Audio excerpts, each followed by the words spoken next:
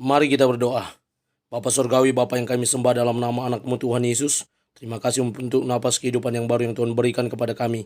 Sebelum kami mulai aktivitas kami mau disapa dengan kebenaran firman Tuhan.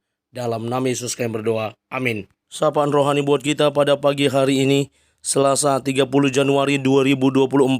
Saya ambil dari kitab Amsal pasal yang ke-11 ayat yang ke-19. Demikian kesaksian firman Tuhan. Siapa berpegang pada kebenaran yang sejati menuju hidup, tetapi siapa mengejar kejahatan menuju kematian. Berpegang pada kebenaran. Ibu, bapak, saudara terkasih dalam nama Tuhan kita Yesus, mungkin kita pernah mendengar yang namanya suatu kalimat atau statement atau tagline atau apapun itu.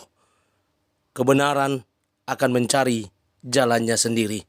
Benar, orang ada yang memegang statement tersebut bahwa ketika kita mengejar kebenaran, maka di kemudian hari kebenaran itu akan mencari jalannya sendiri. Namun di dalam kekristenan, kebenaran itu tidak mencari jalannya sendiri, tetapi kebenaran itu sudah dinyatakan, sudah diberikan kepada manusia. Kebenaran yang bagaimana? Kristus datang ke dunia ini menyelamatkan manusia.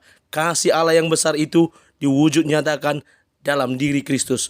Karena begitu besar kasih Allah akan dunia ini, sehingga Ia telah mengaruniakan anaknya yang tunggal, supaya setiap orang yang percaya kepadanya tidak binasa, melainkan beroleh hidup yang kekal. Itu kebenaran di dalam kekristenan, bahwa keselamatan ada di dalam Kristus.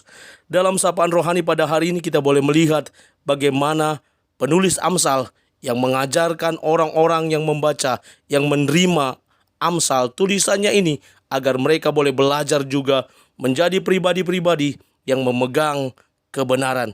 Meskipun dalam perjanjian lama, kebenaran dalam Kristus belum diwujud nyatakan, tetapi kebenaran Allah sudah dinyatakan, bahwa Allah yang memimpin bangsa Israel keluar dari Mesir, yang menjadikan mereka suatu bangsa yang besar, sebagaimana Allah telah menjanjikan kepada nenek moyang mereka, Abraham, Ishak, dan Yakub. Di kemudian hari mereka harus terus berpegang pada Taurat yang diajarkan oleh Musa kepada mereka, di mana Taurat itu Musa langsung menerima daripada Tuhan. Itu kebenaran yang diajarkan kepada mereka. Dan penulis Amsal melanjutkan bahwa setiap orang atau siapapun yang berpegang pada kebenaran yang sejati, ia menuju hidup. Sebaliknya, orang yang mengejar kejahatan, ia akan menuju kematian.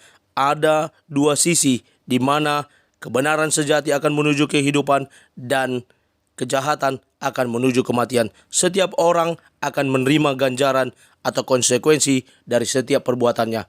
Yang benar akan menerima pujian, yang benar akan menerima upah. Sebaliknya yang jahat akan selalu diumpat orang dan juga akan menerima penghukuman. Ibu, bapak, saudara terkasih dalam nama Tuhan kita Yesus, Aesopus berkata, setiap kebenaran memiliki dua sisi penting untuk melihat keduanya sebelum kita memutuskan untuk menerima salah satunya. George Berkeley berkata, kebenaran adalah teriakan dari semua, tetapi permainan dari beberapa.